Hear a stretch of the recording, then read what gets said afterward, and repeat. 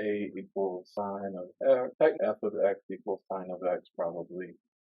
You could have g of x equals x squared. Those functions don't have to have formula. You could say, there's one of the functions in this set is this function that I'm giving you via a table. But here's a set that has two functions as the elements of the set. No, it's not a piecewise function. This is two separate functions. This is not like it's sine of x for one thing and x squared for another. This is, I have a box, and in that box I have function. And these are the two functions I have in my box. So we could define something like, get ready for it. Let's look at C01. And let's define this as the set of all continuous functions defined. So the set of all functions, all continuous functions with domain closed interval rho 1, and whose codomain is the real numbers.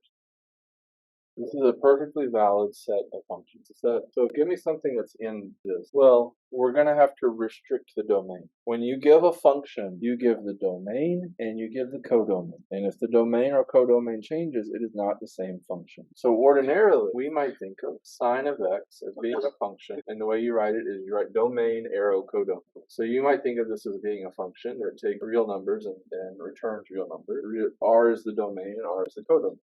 But can you do a super secret, super special sine of x that is only defined on 0, 1? You're just making it be restricted. And you're telling me that you're making it be restricted, explicitly telling me what the domain is. So if you tell me the domain, and I don't know, maybe you're not like using sine twice, maybe you don't feel like m sine for modified sine, whatever makes you happy. If you tell me that this is the domain of this function, then I can't plug in anything that isn't in this closed interval 0, 1. And you can restrict a function so that its domain is exactly what you say it is. You could also have another set of functions. For instance, you could have L, and you could define this to be the set of f of x, set of f that goes from the real numbers to itself. So we take real inputs and spit out real output, where f of x equal to ax plus b, where a and b are both real numbers. So I've defined a set of functions here as the set of functions that take real inputs and return real outputs that have the form ax plus b, where a and b are real numbers. What kind of functions would you normally call linear? You can talk about the set of all linear functions. That makes sense? So a relation on L is going to be pairs of things.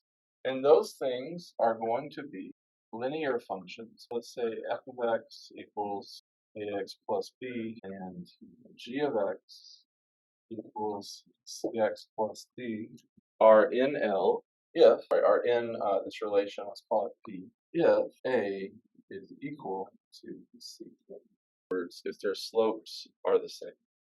What do you more commonly know this relation is? Parallel.